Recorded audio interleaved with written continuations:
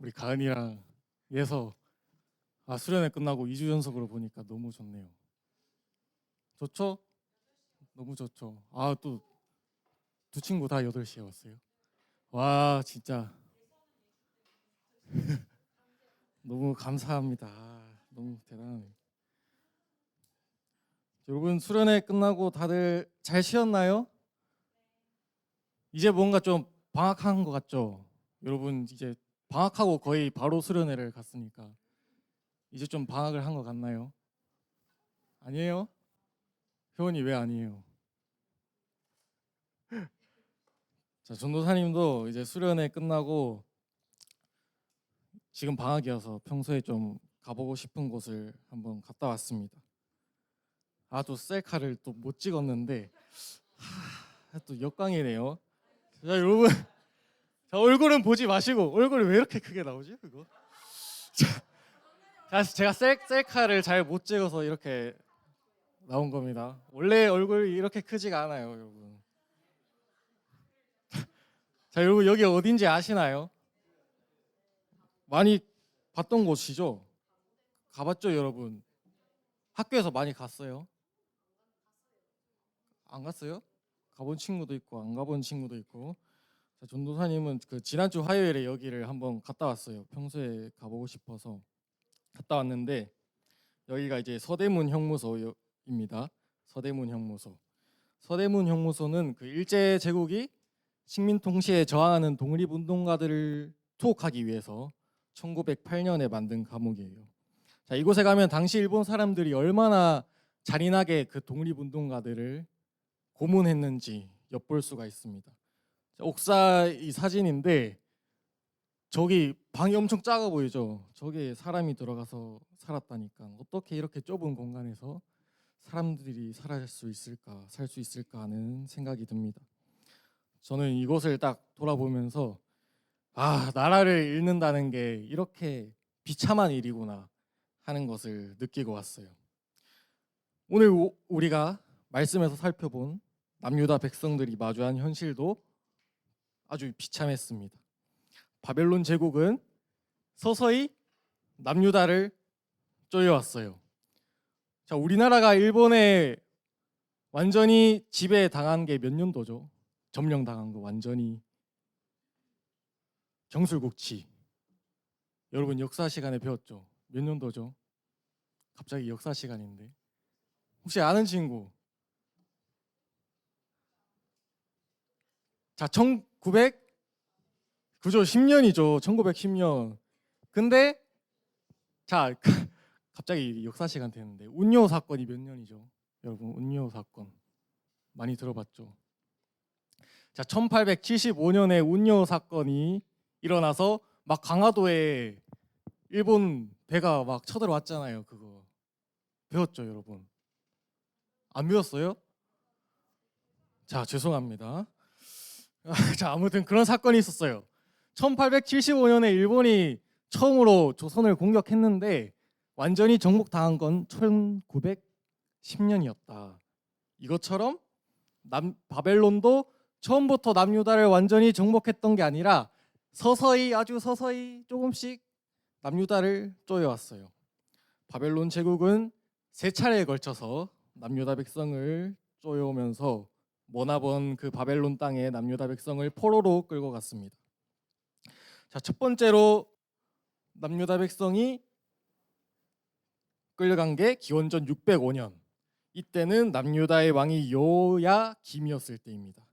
이때는 왕족들과 귀족들이 주로 바벨론으로 끌려갔고 이때 포로로 끌려간 사람에는 우리가 잘 아는 다니엘과 세 친구들도 있어요. 왕족과 귀족들 위주로 끌려갔습니다. 두 번째로 포로로 끌려간 게 기원전 598년. 이때는 왕이 요야긴이었을 때입니다. 이때는 요야긴 왕을 비롯해서 지도자와 백성들 대다수가 바벨론으로 포로로 끌려갔습니다.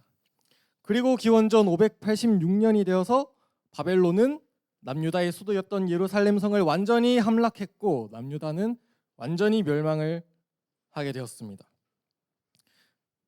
남유다의 마지막 왕이었던 시드기야는 바벨론 군사들에 의해서 두 눈이 뽑힌 채로 바벨론 땅으로 끌려갔고 성전과 왕궁 그리고 많은 집들이 불에 타버렸어요. 예루살렘 성벽도 다 무너져 버렸습니다. 먹을 양식도 다 떨어졌어요. 바벨론은 남아있던 남유다 백성들을 이 사진처럼 또다시 포로로 끌고 갔습니다. 자, 그럼 이제 남유다에 남은 사람들은 진짜 별로 없었어요.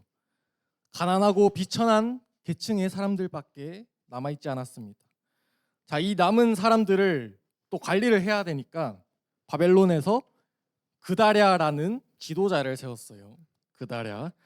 그런데 이 이스마엘이라는 사람이 갑자기 나타나서 그다랴가 마음에 안 들어가지고 죽여버리고 그다랴랑 같이 있던 바벨론 군사들까지 죽였습니다. 그래서 당시 이제 유다의 군대 장관이 요하난이라는 사람인데 이 요하난이 이스마엘을 또 죽이기 위해서 따라갔지만 죽이는데 실패하고 말았어요.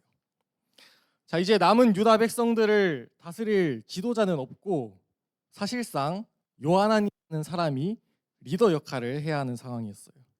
자, 그런데 바벨론에 더 이상 남아 있는 게 별로 좋은 선택이 아니었습니다, 이들에게.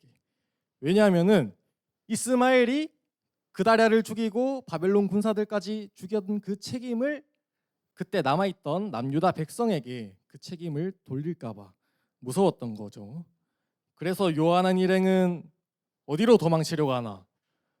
여기 바로 밑에 애굽 땅으로 도망을 치려고 했습니다. 애굽 땅으로 도망치면 전쟁의 아픔에서 피할 수 있었기 때문이죠. 애굽에는 양식도 풍족하게 있었습니다. 바벨론의 위협으로부터 안전할 수 있었어요. 그런데 애굽 땅으로 도망치려고 했던 요하난 일행에게 딱 한 가지 생각이 들었습니다. 예레미야가 했던 말 때문이죠. 예레미야 선지자는 바벨론에 너희가 순순히 항복하고 포로로 끌려가는 것이 바로 하나님의 뜻이다라고 계속해서 전해왔기 때문입니다. 그래서 요하난 일행은 일단 예레미야를 찾아가서 하나님의 뜻이 무엇인지 구하기 시작합니다. 그게 오늘 우리가 함께 읽은 본문 말씀이죠. 자, 2절에서 3절 말씀 함께 읽어보겠습니다. 시작. 그들이 예레미야에게 말했습니다. 우리의 부탁을 들어주십시오. 우리를 위하여 당신의 하나님 여호와께 기도해 주십시오. 유다 지배에 남아있는 모든 백성을 위해 기도해 주십시오. 우리 백성이 전에는 많이 있었으나 보시는 것처럼 지금은 조금밖에 남지 않았습니다. 그러니 우리가 어디로 가야 할지 그리고 어떻게 해야 할지 알려달라고 당신의 하나님 여호와께 기도해 주십시오. 아멘. 자, 이 요하난 일행이 예레미야를 찾아가서 기도를 해달라는 부탁을 합니다. 그동안 남유다 백성이 하나님께 범죄하고 막 말을 안 듣고 했던 걸 생각하면은 굉장히 놀라운 일이죠. 이제 예루살렘 성도 파괴되고 나라도 망하고 더 이상 뭐 살 길이 없으니까 이제야 이 사람들이 정신을 차렸나 싶습니다. 요하난 일행은 과연 우리가 애굽 땅으로 가는 게 맞는지 아니면 남유다 땅에 남아 있는 것이 맞는지 도대체 하나님의 뜻은 무엇인지 알기 위해서 하나님께 기도해 달라고 예레미야에게 부탁을 하는 겁니다. 그러자 예레미야는 이렇게 말하죠. 4절 말씀 함께 읽습니다. 시작. 예언자 예레미야가 그들에게 대답했습니다. 여러분의 뜻을 잘 알았소. 여러분이 부탁한 대로 여러분의 하나님 여호와께 기도하겠소. 그래서 여호와께서 여러분에게 하시는 말씀을 조금도 숨기지 않고 그대로 전해주겠소. 아멘. 예레미야는 뭐 거절할 이유가 없죠. 하나님의 뜻을 알기 위해서 기도해 달라는데 기도를 안 할 수가 없습니다. 그래서 예레미야는 하나님께 기도해 주겠다 이렇게 말을 합니다. 그러자 요하난 일행이 이렇게 반응을 합니다. 5절에서 6절 말씀. 그러자 백성이 다시 예레미야에게 말했습니다. 당신의 하나님 여호와께서 당신을 통해 우리에게 하시는 말씀이라면 무엇이든 그대로 따르겠습니다. 이 일에 여호와께서 우리의 참되고 진실하신 증인이 되십니다. 그 말씀이 좋든 나쁘든 우리는 우리 하나님 여호와의 말씀에 순종하겠습니다. 우리는 여호와의 말씀을 받기 위해 당신을 여호와께 보냅니다. 우리의 하나님 여호와께서 하시는 말씀에 순종하면 모든 일이 잘 될 것입니다. 이렇게 말을 해요. 자, 요하난 일행이 도대체 웬일인지 모르겠는데 하나님의 말씀대로 순종하겠습니다라고 고백을 하고 있습니다. 말씀이 좋든지 나쁘든지 하나님의 말씀대로 순종을 하겠다라는 최고의 고백을 하죠. 자, 여러분은 하나님께 이런 기도를 해봤나요? 내가 하나님의 말씀이 뭐 따를 만하면 따르겠다, 하나님의 말씀 따라서 나한테 좋을 것 같으면 따르겠다가 아니라 좋든지 나쁘든지 나는 하나님의 말씀대로 따르겠습니다. 그 말씀대로 따르겠습니다. 이런 진짜 믿음이 대단해 보이는 고백을 요한한 일행이 하고 있어요. 자, 이렇게 요한한 일행의 기도 부탁을 받고 예레미야는 열심히 하나님께 기도를 했습니다. 열심히 기도해서 열흘 후에 이제 10일이 지나고 예레미야는 하나님의 말씀을 듣게 되었어요. 자, 하나님의 말씀이 뭐였냐면 너희는 애굽으로 내려가지 말아라. 그리고 남유다 땅에 머물러 있어라. 바벨론은 내 손 안에 있다. 그렇기 때문에 너희는 안전할 거다. 바벨론을 두려워하지 말아라. 그런데 너희가 내 말씀에 순종하지 않고 애굽 땅으로 내려가면 너희는 다 죽게 될 것이다. 라는 게 바로 하나님의 말씀이었어요. 자, 그런데 여기서 이 예레미야의 말을 들은 요한한 일행의 태도가 이전과 완전 180도 바뀌게 됩니다. 자, 43장 2절의 말씀 함께 읽어봅시다. 시작. 호사야의 아들 아사랴와 가레야의 아들 요하난과 다른 교만한 사람들이 예레미야에게 말했습니다. 당신은 거짓말을 하고 있소. 우리 하나님 여호와께서 당신을 보내셔서 너희는 이집트로 가서 살면 안 된다라고 전하게 하셨을 리가 없소. 아멘. 자, 요한한 일행이 하나님의 말씀을 들었어요. 예레미야가 전한 하나님의 말씀을 들었는데 지금 하는 말이 뭐냐면 예레미야, 당신은 지금 거짓말을 하고 있습니다. 하나님이 우리에게 그렇게 말씀하셨을 리가 없습니다 라고 말을 해요. 예레미야가 전한 하나님의 말씀을 그대로 받아들이지를 못했습니다. 그리고 결국 하나님의 말씀에 순종하지 않고 애굽 땅으로 내려갑니다. 애굽 땅을 향해 내려갑니다. 도대체 왜 이 요한한 일행은 하나님의 말씀에 순종하지 못했을까요? 처음에는 그렇게 자신 있게 하나님의 말씀 좋든지 나쁘든지 제가 순종하겠습니다. 말은 이렇게 했는데 왜 결국에는 하나님의 말씀을 듣고서 그 말씀대로 순종하지 않았을까 하는 겁니다. 자, 사실 이 요한한 일행의 마음은 처음부터 애굽 땅을 향해 가는 것으로 기울어져 있었어요. 이미 애굽 땅을 가고 싶어 했습니다. 왜냐하면 그게 더 이 사람들에게, 요한한 일행에게 합리적인 판단이었기 때문입니다. 누가 봐도 타당한 선택이었어요. 남유다 땅에 남아있는 것은 더 이상 아무런 희망이 없었어요. 예루살렘 성은 파괴됐죠. 시드기야 왕은 두 눈이 뽑힌 채로 끌려갔어요. 지도자도 없어요. 수많은 사람들이 죽어 나갔어요. 그러니까 이 요한한 일행의 마음에는 그 바벨론 사람들에 대한 두려움이 가득했을 겁니다. 그렇기 때문에 이들은 애굽 땅으로 가고 싶어하는 게 아주 당연했어요. 그런데 요한한 일행의 마음은 뭔가 찜찜했던 거죠. 왜냐하면 예레미야가 이전에 했던 말이 계속 생각났거든요. 예레미야는 계속해서 이 남유다 백성들에게 너희가 바벨론 땅에, 바벨론에 항복하고 포로로 끌려가서 거기서 사는 것이 하나님의 뜻이다라고 전했고, 실제로 남유다 백성들이 이제 바벨론으로 막 포로로 끌려가고 있거든요. 그래서 일단 요한한 일행은 예레미야를 찾아가 하나님께 기도를 해달라고 부탁했습니다. 처음에는 하나님의 말씀대로 순종하겠습니다. 좋든지 나쁘든지 하나님의 말씀대로 순종하겠습니다라고 호언장담을 했죠. 말은 그렇게 했습니다. 그렇지만 이 요한한 일행의 실제 마음은 이러했을 거예요.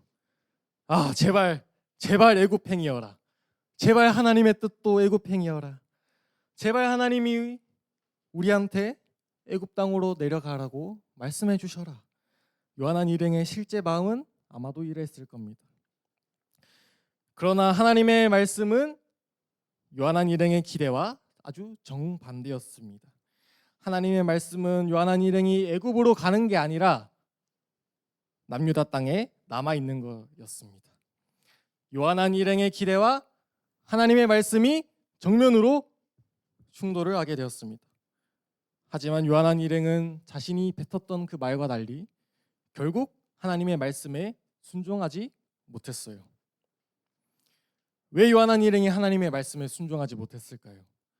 바로 하나님의 말씀을 신뢰하지 못했기 때문입니다. 하나님의 말씀을 믿지 못했기 때문이죠. 내가 바벨론으로부터 너희를 지켜줄 거야. 야, 너희 두려워하지 마. 이거 아주 불확실한 정보죠. 이거 어떻게 믿을 거예요? 너희가 지금 바벨론 땅에 포로로 끌려가도 너희 70년 뒤에 남유다 땅으로 다시 돌아올 거야. 이거 어떻게 믿을 거예요? 지금 70년 뒤 볼 수도 없는데 하나님이 지켜줄 거라고 어떻게 장담을 할 수 있겠습니까? 지금 이 요한한 일행의 눈에 보이는 건 바벨론에 파괴당한 남유다의 현실이거든요. 그래서 지금 요한한 일행의 눈에는 바벨론이 하나님보다 더 커 보이는 겁니다. 그렇기 때문에 하나님을 신뢰할 수가 없는 거죠. 하나님을 신뢰하지 못하니까 하나님께 순종할 수도 없는 겁니다. 게다가 애초에 요한한 일행은 하나님의 뜻을 제대로 알 마음도 없었어요. 요한한 일행은 하나님의 뜻이 자신의 뜻과 같기를 원했습니다. 하나님이 자기한테, 하나님이 나한테 맞춰주길 원했던 거죠. 이것은 잘못된 믿음이었습니다. 진짜 믿음은 자신의 뜻이 하나님의 뜻과 같기를 원하는 것이고 내가 하나님께 맞추는 것인데 요한한 일행은 하나님께서 자기한테 맞춰주기를 바라고 있었던 겁니다. 요한한 일행은 결국 예레미야까지 끌고 남유다를 떠나서 애굽 땅으로 내려가게 됩니다. 남유다 땅에 머물러 있었으면 하나님의 더 큰 벌을 피할 수 있었을 텐데 스스로 멸망하는 길을 선택하고 말았던 겁니다. 자, 이제 이 말씀을 우리에게 적용해 봐야 됩니다. 우리는 선택의 순간에서 나름대로 생각을 하고 머리를 굴려서 합리적인 선택을 하죠. 이미 생각을 해놓고 결정을 딱 내려놓습니다. 그러고 나서 하나님의 말씀을 기다립니다. 그런데 나의 생각과 하나님의 말씀이 충돌할 때가 있어요. 하나님의 말씀이 내 생각과 다를 때가 있습니다. 이럴 때 하나님의 말씀을 따르는 것은 아주 무모해 보입니다. 확실하지 않습니다. 자, 우리가 믿음에 있어서 믿음의 시험에 가장 많이 빠지는 시험 기간을 예로 들어볼게요. 우리의 판단과 생각을 거쳐서 우리에게 가장 중요한 것은 지금 나에게 닥친 이 시험을 잘 보는 거죠. 그러기 위해서는 시험 공부를 열심히 해야 됩니다. 한 문제라도 더 봐야 돼요. 그런데 우리는 매일 하나님과 동행하기 위해서 하나님의 말씀을 묵상하고 하나님께 기도해야 된다라는 것을 알고 있죠. 그래서 때로는 우리는 하나님과 타협을 하고 싶어 합니다. 하나님, 지금은 저 너무 바쁘니까 하나님 나중에 찾을게요. 하나님도 동의하시죠? 하나님 이해해 주실 거라고 믿을게요. 그런데 하나님은 말씀하십니다. 야, 내가 네 인생 책임질 거다. 그러니까 너무 걱정하지 말고 지금 나를 찾아도 된다. 이렇게 나의 생각과 하나님의 말씀은 충돌합니다. 그런데 하나님이 내 인생 책임져 준다는 사실, 그거 어떻게 장담할 수가 있을까요? 지금 내 눈앞에 있는 시험이 더 커 보이는데 지금 하나님 잠시 안 찾는다고 우리 인생 뭐 달라집니까? 솔직히 말하면 그때 그냥 하나님 말씀 안 보고 하나님께 기도 안 하고 공부하는 게 더 합리적인 선택이라는 거예요. 그렇기 때문에 이 순종이라는 것이 참 어렵습니다. 하나님께 순종한다는 것이 참 어려워요. 순종하는 삶은 너무도 바보 같은 삶이에요. 확실하지 않은 것에 내 삶을 던지는 모험이 필요해요. 그런데 하나님께서는 이렇게 바보처럼 바보 같은 순종을 한 사람들의 믿음을 인정해 주시고 그 사람들을 사용하셨습니다. 우리가 잘 아는 가데스 바네아에서의 이야기 여러분 기억납니까? 가데스 바네아에서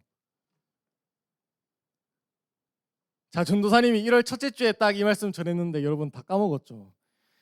진짜 1월 첫째 주에 여러분과 딱 처음 얼굴을 마주하면서 나눴던 우리 표어의 말씀 제가 딱 전했었는데, 신명기 1장의 말씀에 가데스 바네아에서 이제 이스라엘 백성들한테 있었던 이야기를 전했었죠. 정탐꾼 12명이 이제 가나안 땅을 정복하기 위해서 가나안 땅을 이렇게 둘러보고 왔어요. 자, 그중에 가나안 땅을 우리 정복할 수 없습니다라고 결론 내렸던 사람 몇 명이죠? 우리 정복할 수 없습니다라고 말했던 사람. 그죠? 10명이었습니다. 이 10명은 우리는 가나안 땅을 정복할 수 없어요. 왜 틀렸어요? 괜찮아요. 자, 10명은 가나안 땅을 정복할 수 없습니다라고 결론을 내었습니다. 이거 아주 합리적인 판단이었어요. 왜냐하면 그 사람들이 봤던 거는 가나안 사람들의 큰 체격, 큰 키, 강한 힘. 이 사람들은 우리가 상대할 수 없는 거인족이었어요. 그리고 그 가나안 사람들의 성벽은 아주 높게 쌓아져 있었습니다. 이 10명의 판단이 틀린 게 아니었어요. 그런데 두 사람이 완전히 다른 이야기를 합니다. 요수아와 갈렙. 이 사람들은 다른 10명의 사람들과 똑같은 그 힘센 거인족, 그 똑같은 성벽을 보고도 다른 말을 합니다. 우리는 충분히 이 가나안 땅을 정복할 수 있습니다. 아니, 완전 바보들이잖아요. 바보들이에요. 이게 어떻게 가능합니까? 논리적으로 말이 안 돼요. 저 사람들이 우리보다 힘이 더 세고 성벽은 저렇게 높게 쌓여져 있는데 어떻게 정복을 하냐는 말이죠. 그런데 이 여호수아와 갈렙은 바보처럼 딱 하나 믿고 있었습니다.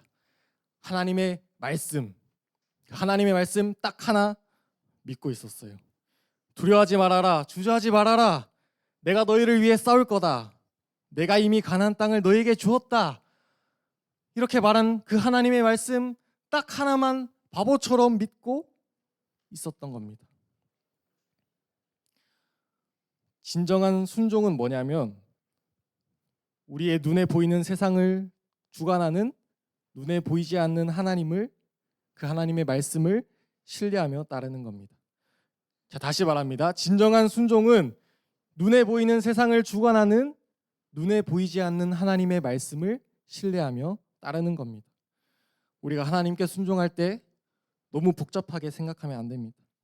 내가 지금 하나님께 순종하는 게 나한테 이득이냐, 나한테 손해냐, 이거 따지고 순종을 하면 안 됩니다. 순종에는 무모함이 필요해요. 그런데 그 무모함은 근거 없는 무모함이 아닙니다.